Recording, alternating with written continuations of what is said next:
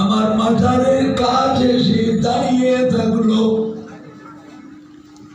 কি বেটা ছেলে, কি মেয়ে ছেলে, আমার মাজারের কাছে এসে দাঁড়িয়ে থাকলো। তার জন্য আমি রাসূলুল্লাহ সাল্লাল্লাহু আলাইহি ওয়াসাল্লাম আমার উপরে ওয়াজিব হয়ে যায়। কাল কিয়ামতের ময়দানে আল্লাহ পাকের দরবারে সুপারিশ শাফাআতি করে তাকে সাথে করে আল্লাহর বেহেশতে নিয়ে যাওয়া, এটা আমি নবী আমার উপরে ওয়াজিব হয়ে যায়। মান জাআ কবরি ওয়াজাবাত লাহু শাফাআতি আও কামা ক্বালা নবী সাল্লাল্লাহু আলাইহি ওয়াসাল্লাম।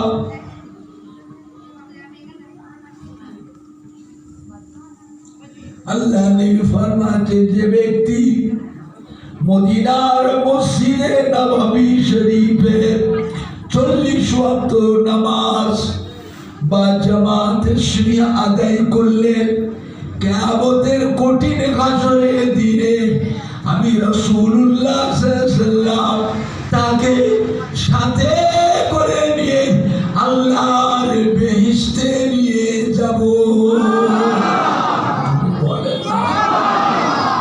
একেবারে বেহেশতের গ্যারান্টি।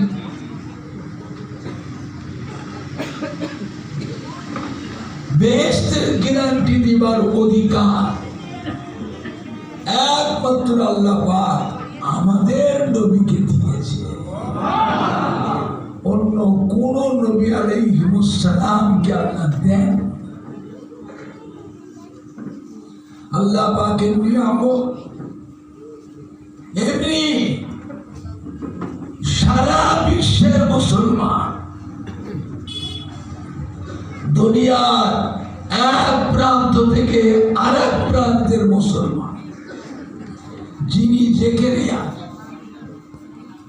কি বাচ্চা, কি জওয়ান, কি আধ বয়সী, কি মুরব্বী, কি মেয়ে ছেলে, কি বেটা ছেলে, যিনি যেখানে আছেন সেখান থেকে আমার রাসূল পাক সাল্লাল্লাহু আলাইহি ওয়াসাল্লামকে জান প্রাণ দিয়ে ভালোবেসে মোহাব্বত করে হৃদয়ে হৃদয়ে কলবে কলবে আমার নবী পাকের চাঁদ মুখের পানে সবাই আশা করে চেয়ে আছে না না? এটা যে আল্লাহ পাকের নিয়ামত, জোরে বলুন না আলহামদুলিল্লাহ।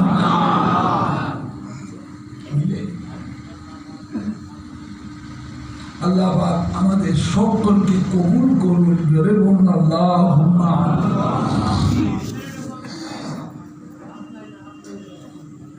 জীবনে বহু টাকা রোজগার করেছে, বহু টাকা খরচাও করেছে। জীবনে একবার মক্কা মদিনা শরীফের হক টাকা আদায় করে বান্দা হিসাবে আল্লাহ রাব্বুল আলামিনের কাছে প্রতিষ্ঠিত হন, উম্মাত হিসাবে নবী পাকের কাছে প্রতিষ্ঠিত হন।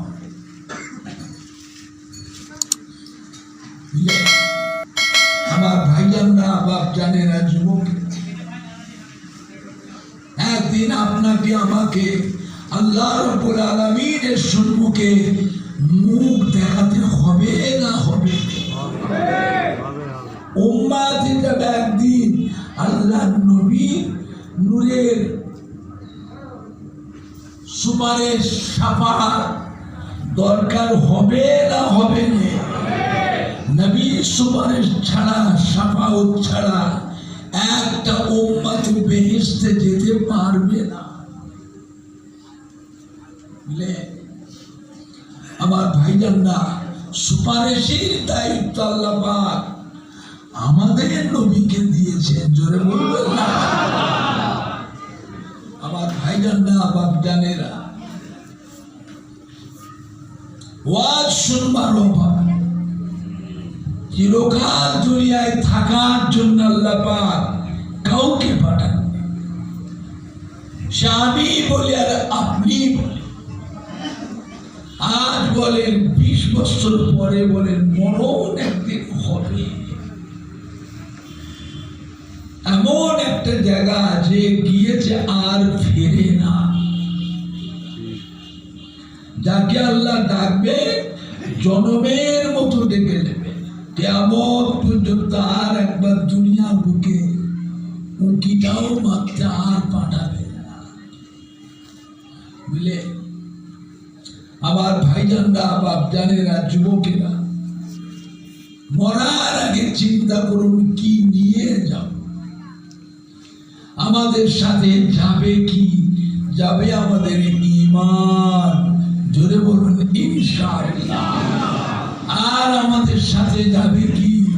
যাবে আমাদের নেক আমাল, জোরে বলুন আল্লাহুম্মা আমিন। আল্লাহ পাক আপনাকে আমাকে ঈমান আমাল উপর কায়েম রাখুন। ঈমান আমালের সঙ্গে আল্লাহ মরণ নসিব করুন। আল্লাহ আমাদেরকে খাতিমা বিল খায়র নসিব করুন। আল্লাহ আমাদেরকে আখিরাতে নাজাত দেন, জোরে বলুন আল্লাহুম্মা আমিন। বলেন আল্লাহ। আমার ভাইজানরা, বাপ জানেরা, যুবকেরা,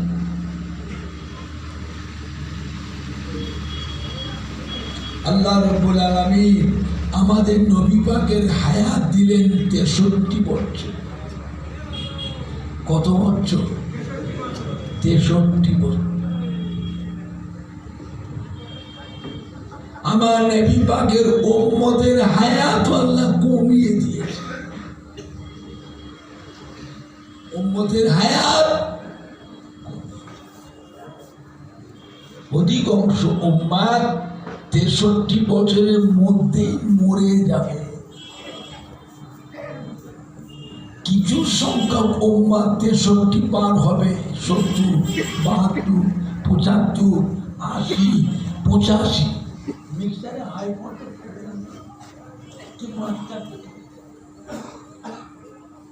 বুঝেছে?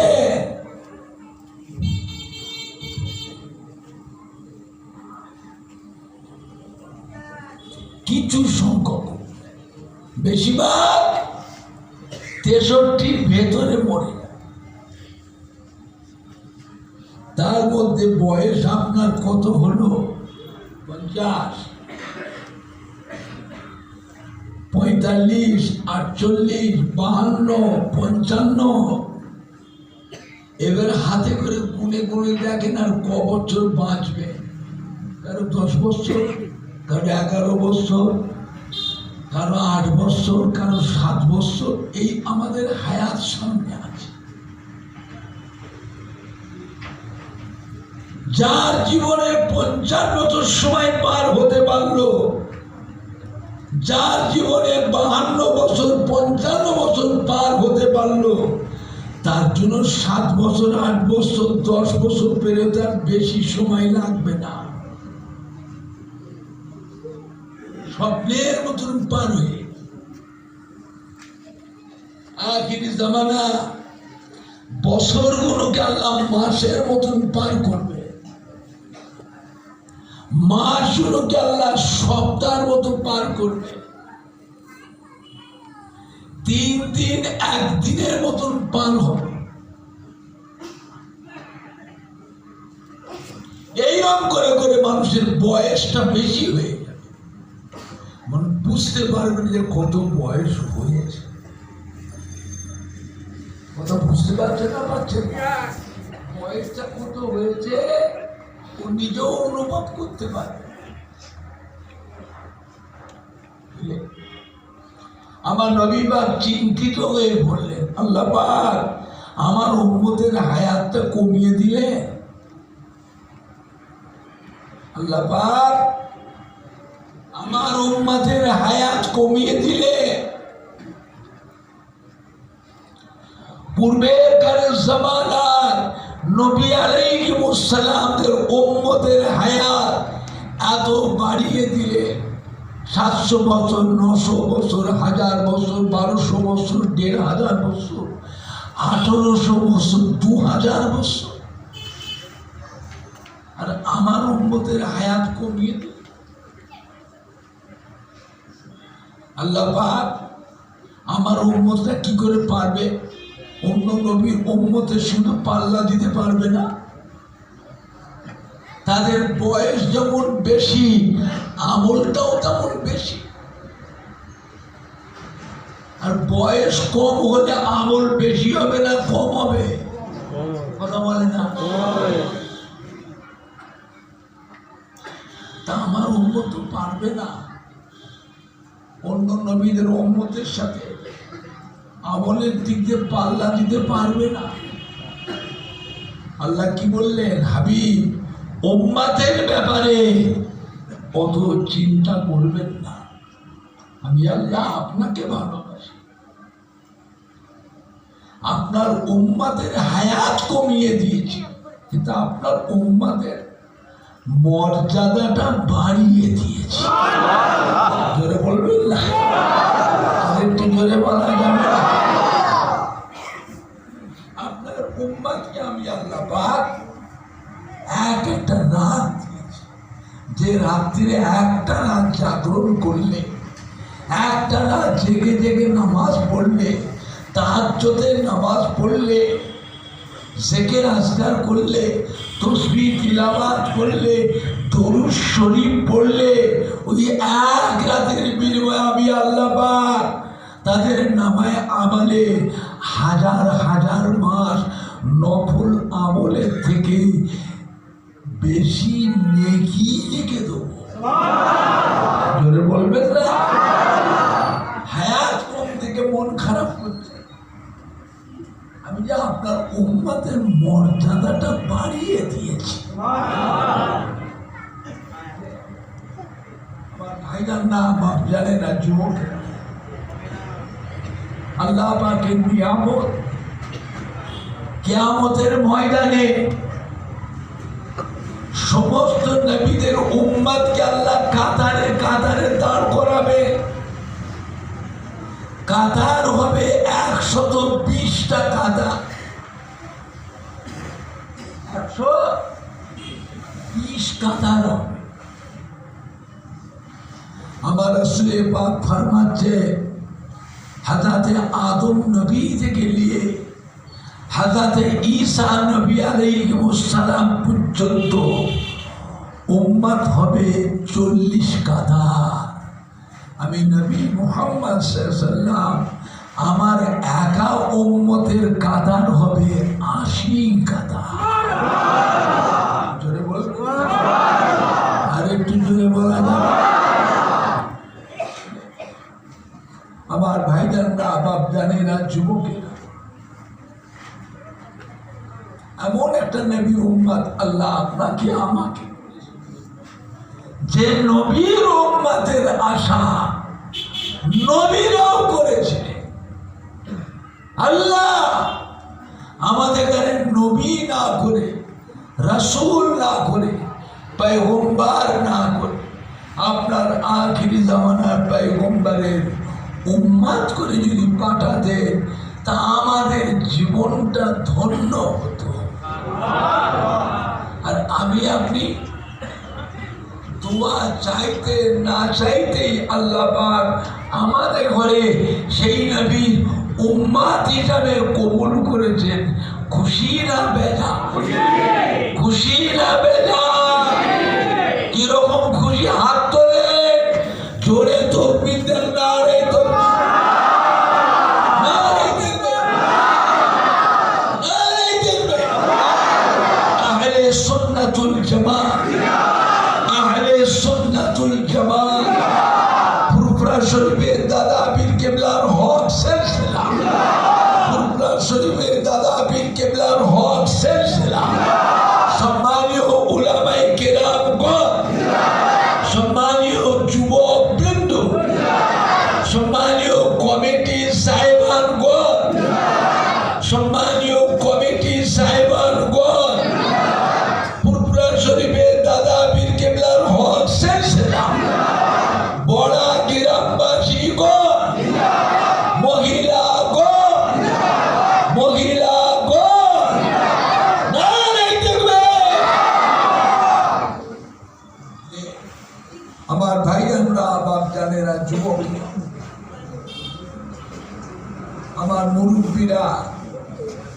ওয়াজ শুনবার অভাব নেই, আল্লাহ রহমতে ওয়াজ খুব হচ্ছে। হলে কি হবে, মানুষ যেন আস্তে আস্তে কিরকম হয়ে যাচ্ছে, মানুষ কিরকম হয়ে যাচ্ছে, শোনার অভাব। খবরদার মোবাইলে ইউটিউবের ওয়াজ শুনবেন না, মোবাইলে ইউটিউবের ওয়াজ শুনবেন না। আমি ইন্টারন্যাশনাল বক্তা, আন্তর্জাতিক বক্তা, খ্যাতি সম্পূর্ণ বক্তা, সব বক্তা বুঝলে, ওয়াজ শুনবার আগে চিন্তা করবেন কার ওয়াজ শুনছি, ও বক্তাটা আহলে সুন্নাতুল জামাতের কিনা।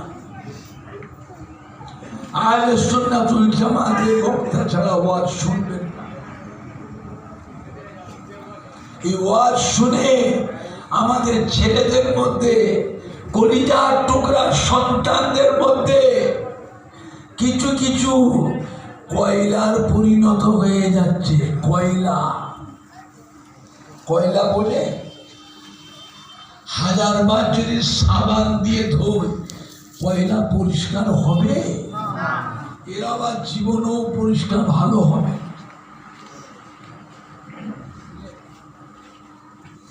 এই মোবাইলের ওয়াজ শুনে শুনে এখন দেখছি বিভিন্ন জায়গায় নামাজ পড়তে এইরকম করে,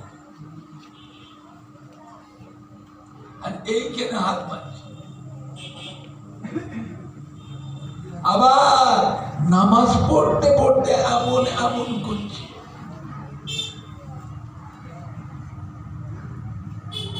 পা দুটোকে ভাগ করে দাঁড়াচ্ছে, মানে দুটো মুসল্লি জায়গা একজন করে নিচ্ছে। আবার ওর পাশে যে দাঁড়ায় তার পায়ের সাথে আবার পা ঠেকিয়ে দিচ্ছে, ওই পা সরিয়ে নেয় আবার ঠেকায়।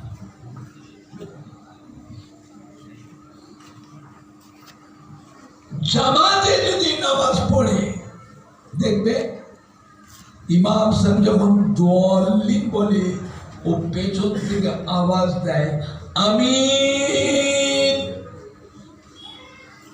বাবা আমরাও তো জামাতে নামাজ পড়ি, ইমাম সাহেব দোয়াল্লি বললে আমিনটা আমরা জোরে জোরে বলি না মনে মনে বলি? তাহলে ও যে চিল্লে বললো, জোরে বললো কেন? ওদের জোরে বললো তাহলে আপনাকে বুঝতে হবে ওটা আলাদা দল, আমাদের নয়। না হুজুরা আমাদেরই ছেলে হুজুর, থামো, আমাদের নয়। ওদের আব্বা দাদু মা দাদি নানা নানিরা ছিল আমাদের দলের মানুষ। এই ছেলেদের মধ্যে কিছু কিছু ওই বিদেশি বক্তাদের ওয়াজ শুনে আমাদের দল থেকে বেরিয়ে গেছে, আমাদের আর নেই। এদের সাথে কোনো সম্পর্ক রাখবেন না। খুশিতে গামিতে বিয়েতে শাদিতে পরবে পার্বণে সম্পর্ক রাখবেন না। যদি রাখে একদিন জানবেন আপনার বাড়ির গোটা পরিবারটাকে একদিন খারাপ করে ফেলবে, জীবনও আর ভালো করতে পারবেন না। বুঝলে? আবার দেখবেন আত্মাহিয়াত যখন পড়ে দেখবে শাহাদাত আঙুলটাকে খালি এমন এমন করে। বুঝতে পারছেন না? পারছেন? ওই যে বড়শিতে কেঁচড়লে গিয়ে পুকুর ধারে নদীর গাবায় লড়কায় নাকি ঠোপায়, কি বললাম নাকি ঠোপায়,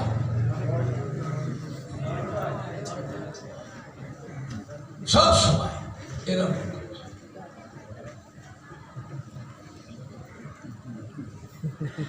আবার দেখবে জামাতে যদি নামাজ পড়ে, সালাম ফিরবার পরে উঠে পালায়, মোনাজাত পড়ে না।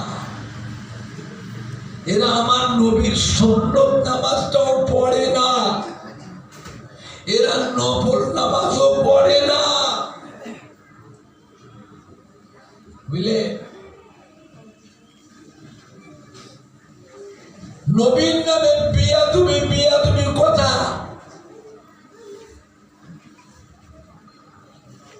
নবীর মাজার বলা যাবে না, রওজা বলা যাবে না, নবীর কবর বলতে হবে কবর। নবী আমাদের মতো মানুষ, নবীকে নূরের নবী বলা চলবে না। নবী হলো মাটির নবী, নবী আমাদেরই ভাই। জোরে বলবেন না নাউযুবিল্লাহ।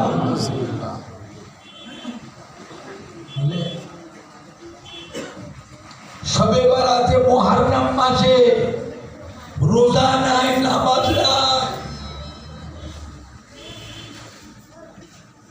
বুঝলে?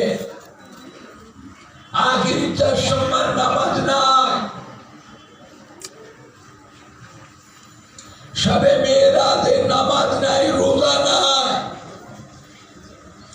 আবার শবে বরাতে মুহররম মাসে তাবারক করে খিচুড়ি করে খাওয়া, হালুয়া রুটি করে খাওয়া হলো হারাম। আবার ফতোয়া দেয় হারাম বলে, আবার থেকে ওদের দলের মানুষ চুপি চুপি এসে আমাদের ছেলে যুবকদের সঙ্গে মিশে আবার দেখি গোপনে গোপনে খায়। তোরা খাচ্ছিস কি রে? তোদের দলের আলেম মনে ইমামরা হারাম বলেছে, তোরা খাচ্ছিস? চুপ মাত্র দেখি, চুপ করছিস, বললো কিনা? এখন দুটো খেতে দে তো, দুটো খেতে দে তো। আবার দেখি বলে বলে খা। এখন আবার ফতোয়া দিচ্ছে তারাবির নামাজ 8 রাকাত, বেতের নামাজ 1 রাকাত। আপনারা রোজার সময় তারাবির নামাজ পড়ে করাকা, এখন 12 রাকাত কেটে বাদ দিয়ে এখন 8 রাকাত করে দিয়েছে। বেতের নামাজটা পড়ে করাকা, এখন 2 রাকাত কেটে বাদ দিয়ে 1 রাকাত করে দিয়েছে। আবার ঈদের থেকে ফতোয়া চালু করেছে, ফজরের আযান দিলেও সেহরি খাওয়া যাবে। খাও, জমের খাওয়া খাও। হ্যাঁ বাবা, আপনাদের পড়া তেঁতুলিয়া মাদ্রাসা এই আশেপাশে মসজিদে আযান হয়, রাত দিনের মধ্যে আযান কবার হয়। আর মক্কা মদিনা শরীফে রাত দিনে কবার আযান হয়?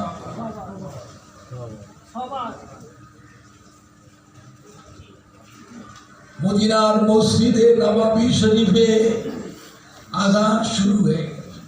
সাহাবারা ঘুম থেকে উঠে ছুটি আযান হয়ে গেল, আমাদের সেহরি খাওয়া হয়নি, আমাদের তো ঘুমিয়ে পড়েছি, উঠতে পারিনি। আল্লাহ, আমরা কি করে রোজা রাখবো? মরুভূমির দেশ, গরম দেশ, পানি পর্যন্ত খাইনি, আমরা কি করে রোজা? সাহাবারা ছুটো ছুটো আল্লাহ রসুলকে যাও, ইয়া রাসূলুল্লাহ, মদিনার মসজিদে নববীতে আযান হচ্ছে, হুজুর আমরা ঘুমিয়ে পড়েছি, উঠতে পারিনি, আমাদের সেহরি খাওয়া হয়। হুজুর আমরা কি করে রোজা রাখবো?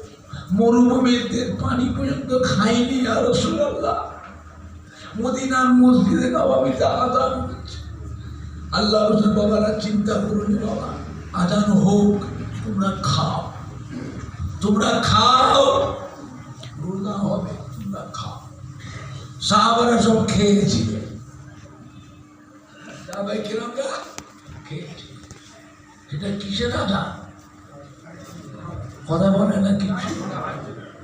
সেটাকে তাহাজ্জুদের আযান দেব, আর সেইটাকে বাংলায় টেনে নিচ্ছে ফজরের আযান। খাও, জম্মের খাওয়া।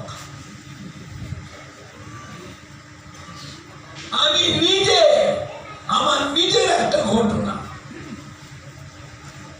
কয়েক বছর আগে নদিয়া জেলায় জলসা করছি রোজার মাসে, তো সেই সময় হয়ে গেছে, বাড়িওয়ালায় ওর কানে কানে ফুসফুস করে বলছে, হুজুর সেহরি খাবেন না? সেহরি তো খাবো, চলে, আমি যাবো না, কয়েকটা খাবো, আমার এখানে দিয়ে পাঠাও, কয়েকটা দু চারটে বিস্কুট কি দু চারটে খাজুর কি দুটো একটা মিষ্টি, আমি সারা রোজার মাসে খাই, দু চারটে খেজুর খাই, কোনো রাত্রে কোনো সময় চেয়ে নিতে দু চারটে বিস্কুট খায়, কিন্তু দুটো মিষ্টি খায়, এইভাবেই সারা রোজার মাসটা রোজা রাখে। আর অনেকে দেখি দম ভরে খাচ্ছে, দম ভরে খাচ্ছে, দেখলে ভয় লেগে যাবে, খাচ্ছে কি করে হজম করবে, কি হবে, খেলে তো হবে না, মাঝে মাঝে পানি খেতে হবে, কত বুঝতে পারছে না, পাচ্ছে মাঝে মাঝে কি খেতে হবে, পানি খেতে হজম হবে, একদম দম পড়ে খাবে, মাঠে ঘাটে থেকে কোদাল টানে, নাঙল টেনে মুঠেগিরি করে, লেবারের কাজ করে, তাদের একটু খাওয়া বেশি লাগে না, লাগে না, হজম শক্তিও বেশি। আর আমরা বৈঠকি মানুষ, আমাদের হজম শক্তি কম, অল্প খেলে আমাদের হয়ে যায়, বুঝলেন না? এই সকালবেলা যে বাড়িতে একটু লাল চা খেয়ে দুটো বিস্কুট খেয়েছে, এখন পর্যন্ত এখানে এসে 2 পিস না 3 পিস আপেল খেয়েছি, এতটুকু আঙ্গুর খেয়েছি, আর 3-4টে মুসাম্বি লেবুর পিস, এটার তার থেকে রসটা খেয়েছি, এই হয়ে গেল, হয়ে গেল। কথা বুঝতে পারছেন না, কথা বুঝতে পারছেন না। আল্লাহ খাওয়ালে আবার সেই সন্ধ্যার পরে না রাতে হবে,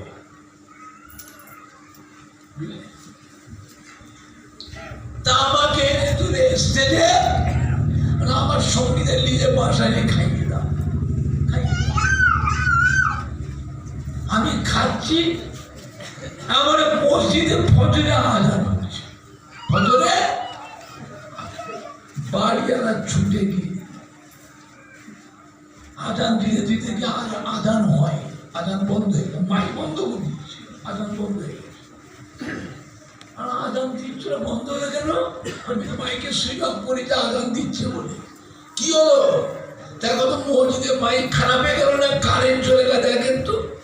একজন আমায় কানে কানে বলছে, না হুজুর মাইক খারাপ হয়নি, কারেন্ট ঠিক আছে, এই আপনাদের বাড়িওয়ালা ওই মসজিদের মুয়াজ্জিনকে দিয়েছে ধমক, এই আযান বন্ধ কর, নিজেরা খেয়ে দিয়ে আযান দিচ্ছে, আমাদের ছেলে মেয়ে বিবি বাচ্চার কারো খাওয়াই হয় না, আযান দিচ্ছে, বেচারা মুয়াজ্জিন ভয়েতে আযান বন্ধ,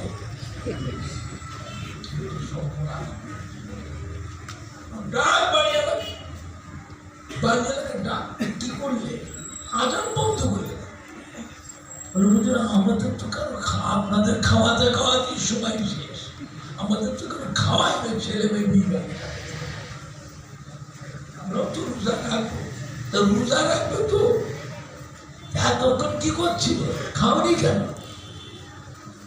মুয়াজ্জিন আযান দিচ্ছে, আযানের টাইম হয়ে গেছে, আযান দিচ্ছে ফজরের আযান, খাওনি কেন? যেমন খাওনি, না খেয়ে রোজা রাখতে হবে, একটা রোজা ভাঙলে পরে 7টা রোজা তো জরিমানা দিতে হবে, কটা 40টা রেখে হেঁপিয়ে গেছি, 2 মাস পরে আর 20টা রোজা রাখবো, হবে তো? আবার কটা, আবার আইনটা কার আইন?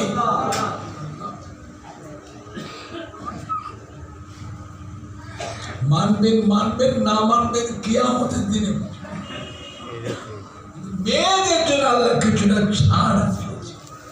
মহিলা মা হাওয়া আলাইহিস সালামের মাসিক অসুখ হলো। মা হাওয়া আদম আলাইহিস সালাম বিবি আদম জিজ্ঞেস করলো, হুজুর আমার তো শরীর খারাপ হয়ে গেছে, হুজুর আমি কি করবো, নামাজ পড়বো? হাদা আদম নবী বললেন, থামো বিবি হাওয়া, আমি আল্লাহকে জিজ্ঞেস করি। আল্লাহকে জিজ্ঞাসা পাক, বিবি হাওয়ার তো শরীর খারাপ হয়ে গেছে, এখন নামাজ পড়বে? আল্লাহ না, নামাজ পড়া হবে না, নামাজ পড়া হবে না। মা হাওয়া আবার জিজ্ঞেস করেছে, হুজুর শরীর পাক হয়ে গেলে, শরীর সুস্থ হয়ে গেলে এই নামাজ কি আমাকে আবার পরে কাজা নামাজ কি আদায় করতে হবে? বাবা আদম আবার জিজ্ঞেস করেছে আল্লাহ, আল্লাহ বলেন না, নামাজ মাফ। বলতে পারছে নামাজ কি হলো? আল্লাহ নামাজ। এখন মা হাওয়া রোজার সময় আবার শরীর খারাপ হয়েছে।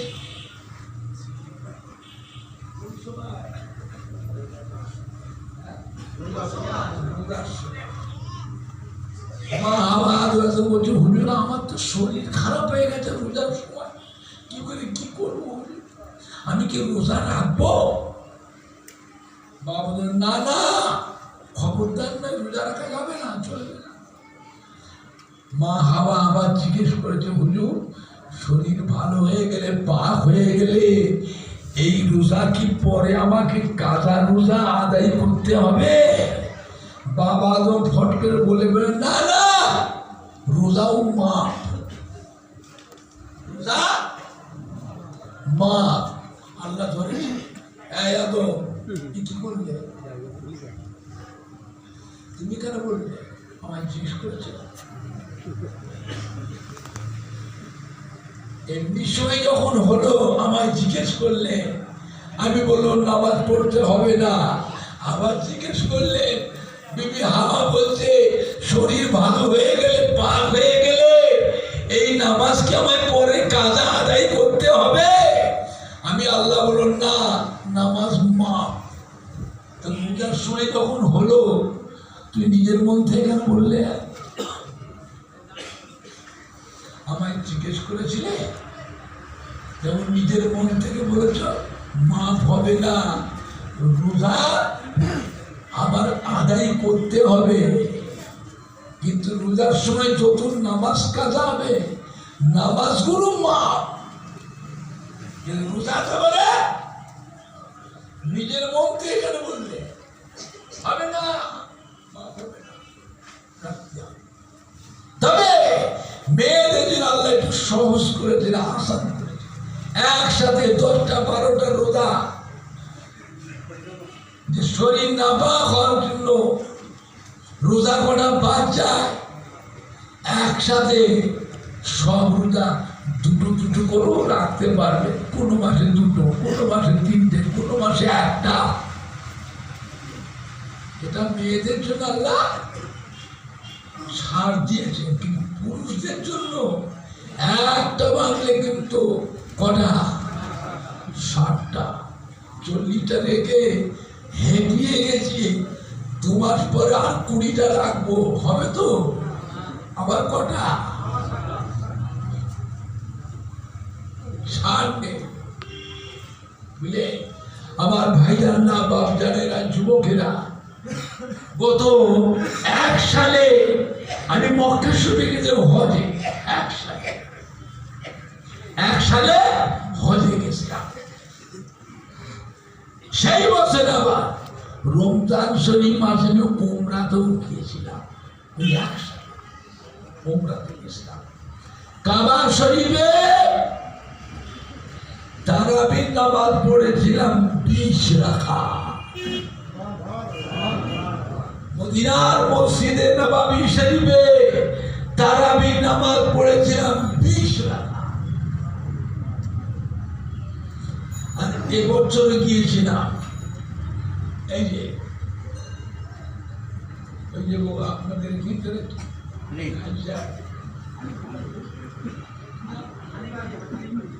হানিবাজি, ও আমার হাতে মুড়ি, হানিবাজি আমার হাতে বলে এ হানিবাজি সাথে নিয়েছে। এবছরে কাবা শরীফের তারাবি নামাজ পড়লাম 10 রাকাত। মদিনার মসজিদে নববী শরীফে তারাবি নামাজ পড়লাম 10 রাকাত। মানুষ কত খুশি, কাবা শরীফে তারাবি নামাজ সহজ হয়ে গেছে, নামাজ কম হয়ে গেছে, সহজ। নামাজ হয়নি, আমাদের নামাজ হয়নি। আমরা হানাফি, আমরা আহলে সুন্নাতুল জামাতের মানুষ, আমাদের নামাজ হয়নি। বাসায় গিয়ে হোটেলে গিয়ে আরো 10 রাকাত তারাবি নামাজ পড়ে নিতে হবে। কথা বুঝতে পারছেন না? কথা বুঝতে পারছেন না? বেতের নামাজ আবার উঁচু করে আবার পড়ে নিতে হবে 3 রাকাত। আমাদের হয়নি। কথা বুঝতে পেরেছে? আমরা যে হানাফি দলের মানুষ, আহলে সুন্নাতুল জামাতের মানুষ, কথা ঠিক না ভুল বলছি? কথা মক্কা মদিনার জানাজার নামাজ দেখবেন সালাম পেরে একদিকে 10টা 12টা লাশ, মেয়ে ছেলে বেটা ছেলে একসাথে রেখে একবারই তকবীর দিয়ে দিচ্ছে, সব হয়ে যাচ্ছে জানাজা এক তকবীর হয়ে গেল, যাক ভালো। কিন্তু সালাম পেরে একদিকে আসসালামু আলাইকুম ওয়া রাহমাতুল্লাহ হয়ে গেল। ইমামও চলে যাচ্ছে, মুসল্লিরাও সব পালাচ্ছে। আমরা কি করব?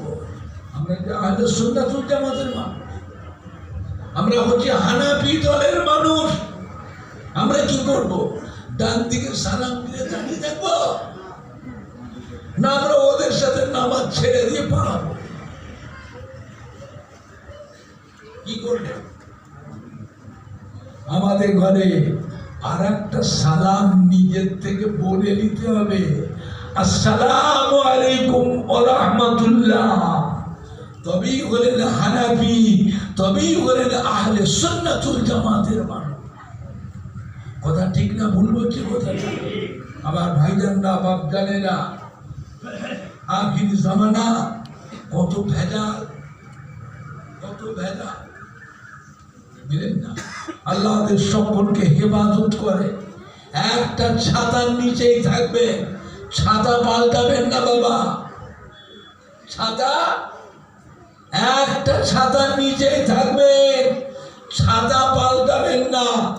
যত বালা মুসিবত আসুক, হাতে যত ঝড় তুফান আসুক, একটা ছাতার নিচেই যদি থাকতে পারে, মনে রাখবেন যার ছাতার নিচেই থাকবো আমাদের জন্য তিনার উপর একটা দায়িত্ব থাকবে না থাকবে না?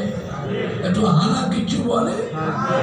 কিয়ামতের ময়দানেও আখিরি জামানার পয়গম্বরের উম্মতের ঝান্ডার নিচে, আখিরি জামানার পয়গম্বরের উম্মতের ছাতার নিচে অন্যান্য নবী আলাইহিস সালামরাও এসে আশ্রয় নেবে।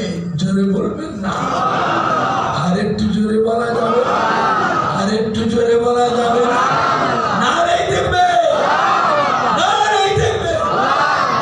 দুরূদ শরীফ আল্লাহুম্মা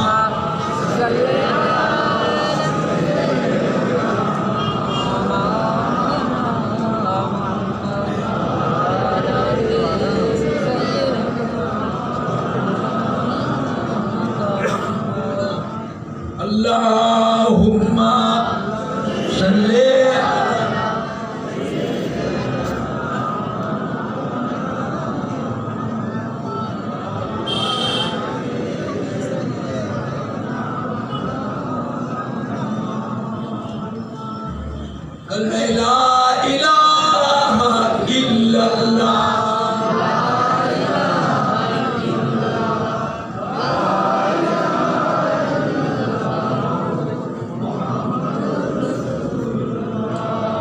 লা ইলাহা ইল্লাল্লাহ।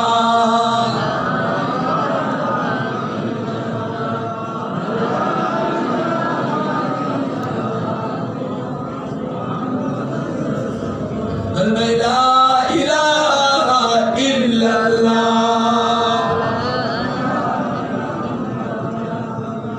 লা ইলাহা ইল্লাল্লাহ মুহাম্মাদুর রাসূলুল্লাহ সাল্লাল্লাহু আলাইহি। একবার কলেমা শরীফ ওই ইমানের সঙ্গে পড়ে, মোহাব্বতের সঙ্গে। কি মেয়ে ছেলে, কি বেটা ছেলে, ওই ব্যক্তির জীবনের 4000 গুনাহের নাম মাফ করে দেয়। আর দুবার পড়লে 8000 গুনাহের নাম মাফ। এমনি করে করে আপনার জীবনের সব গুনাহগুলি যদি মাফ হয়ে যায়, এবার আপনার জীবনের অন্যান্য আমলের নেকিগুলো জমা আছে না না? আপনার জীবনের যত আমল জমা আছে ওইগুলো কি হবে?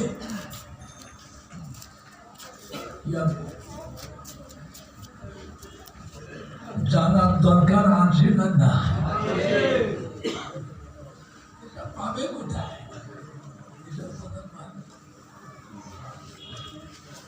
হাক্কানি পীরে কামেল, ওলিয়ে কামেল।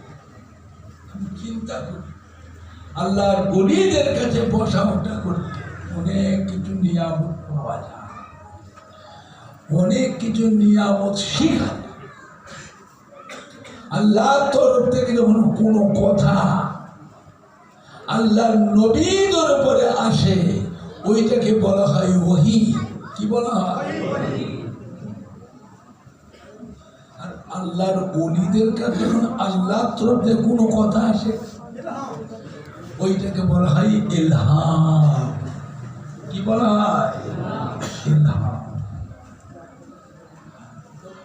46 ভাগের একবার ইলহাম। বুঝলে? আপনার জমা নেকি গুণ আল্লাহ পাক আপনার খানদান বংশধর মুরব্বী আল আওলাদের গুনাহগুলো আল্লাহ আপনার নেকি দ্বারায় তাদেরকেও আল্লাহ মাফ করে দেয়। বলবেন না? আর একটু জোরে বলা যাবে না? তারপরও যদি কিছু নেকি আপনার জমা থাকে, ওই আপনার যে নেকি গুণ জমা থাকে, ওই নেকি গুণ আল্লাহ অবশেষে আপনাকে আল্লাহ পাক বেহেশতের ভিতরে বড় মর্যাদা দান করে। একবার সুবহানাল্লাহ তাসবিহ যদি ওই ঈমানের সঙ্গে পড়েন, আল্লাহ পাক রব্বুল আলামিন তার নামায়ে আমালে আসমান আর জমিনের মাঝখানে যতটা জায়গা ফাঁকা আছে, সম্পূর্ণ জায়গাটায় নেকি আল্লাহ পরিপূর্ণ করে দেয়।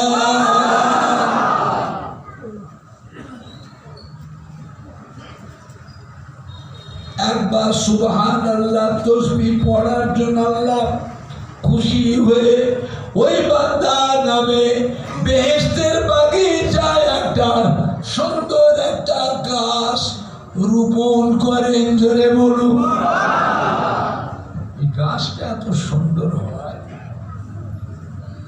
ওই একটা গাছের ডালপালা শাখা পোশাখা আল্লাহ বেহেশতের বাগিচায় এতটা এরিয়া নিয়ে ছায়া করে থাকে। ওই একটা গাছের ছায়ার নিচে একটা যদি তেজি ঘোড়া ছেড়ে দেয়, ঘোড়া,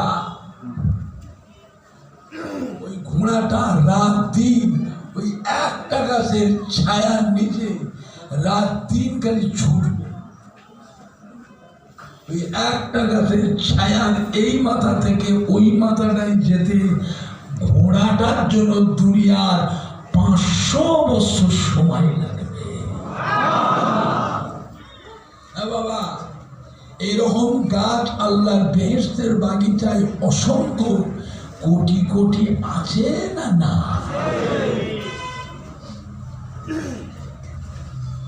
বেহেশতেরা কত বড়! সব থেকে শেষের বেলায় যে মানুষটিকে আল্লাহ বেহেশতে দেবে, যে বান্দাকে আল্লাহ সব থেকে শেষে বেহেশতে দেবে, সব থেকে ছোট বেহেশতে যে বান্দাটা পাবে, তার বেহেশতের এরিয়াটা হবে এই দুনিয়া 10টা দুনিয়া। সুবহানাল্লাহ জোরে হবে না? সুবহানাল্লাহ জোরে হবে না? তো অত বড় বেহেশতে কি করবে? কি করবে? ঘুরবেন কি করে, বেড়াবেন, দেখবেন কি করে, পরিদর্শন করবেন কি করে? আল্লাহ রাব্বুল আলামিন আপনাকে বেহেশতের ভিতরে একটা ঘোড়া দেবে, আর ঘোড়াটার 2টো ডানা থাকে। ঘোড়ার পিঠে বসবে, আপনাকে উড়িয়ে উড়িয়ে সফর করাবেন, পরিদর্শন করাবেন। জোরে বলবেন না? আরেকটি জোরে বলা যাবে? একবার সুবহানাল্লাহ তাসবিহ পড়ার জন্য যে বান্দার নামে বেতের গায়ে বাগিয়ে আল্লাহ অত সুন্দর গাছটা রোপণ করবে, ওই বান্দার গুনাহ এবং নেকি ওজন করা হবে মিজানের দাঁড়ি পাল্লায়।